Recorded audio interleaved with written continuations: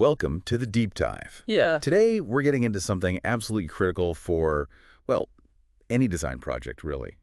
Coordination. We're using an article, EP1, Why Coordination Matters in Design Projects, kind of as our springboard. Right. And we really want to unpack why it's so essential. Yeah, what are the real benefits when it goes well?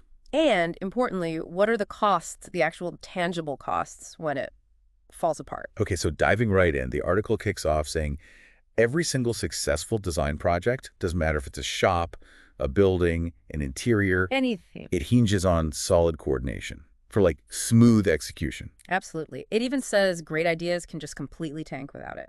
That sounds pretty basic, but maybe it's Right. overlooked sometimes. Oh, definitely. Think about it like gears in a machine.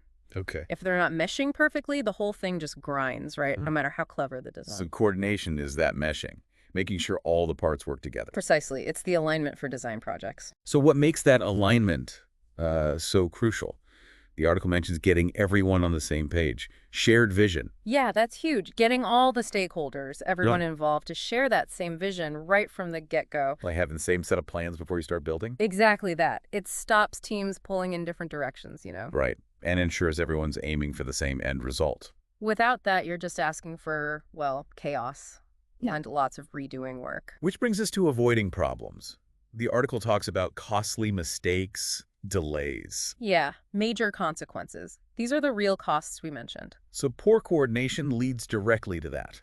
It does. When teams are stuck in their own little worlds, the article calls them silos. Silos, right? You get people doing the same work twice, or, maybe worse, things getting completely missed. And that lack of talking, that leads to actual mistakes during construction or implementation. Oh, absolutely. Errors happen because one hand doesn't know what the other's doing. And that hits the schedule, the budget, hard.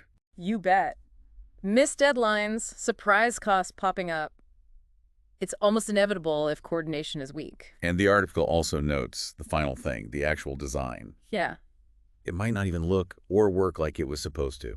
which is a huge disappointment.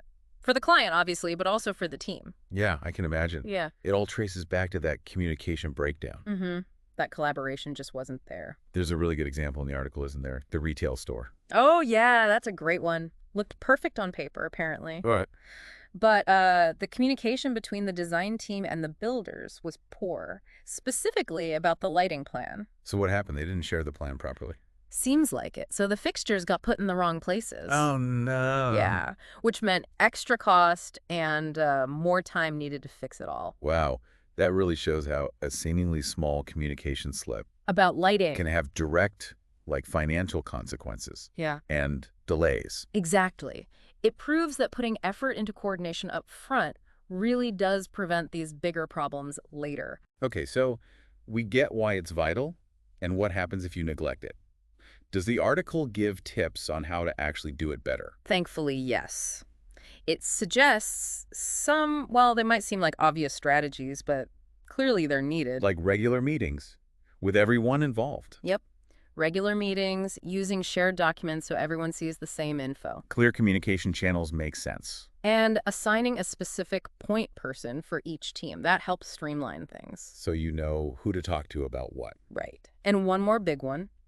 Reviewing and confirming all the plans before you start building or executing. Like a final check to catch any lingering misalignments. Exactly. A crucial safety net. Okay, so wrapping up. The big takeaway seems to be that coordination isn't just, admin or nice to have. No, it's fundamental. Absolutely core. It shapes the whole project. Shared vision, avoiding those costly mistakes and delays. Keeping things on track, budget-wise and time-wise. And ultimately, it impacts the quality of the final result and whether the client is happy. Definitely. That retail store story really hammers home the consequences. It just underscores that design is collaborative, right? It has to be. And coordination is the glue that holds that collaboration together and makes it successful. So a final thought maybe for you listening. Think about your own work. Are there any maybe small communication gaps that might be undermining things without you even realizing it? Yeah, and what simple, proactive steps could you maybe take starting today to foster better coordination? Because it sounds like those small, consistent communication efforts can really make a huge difference in the end.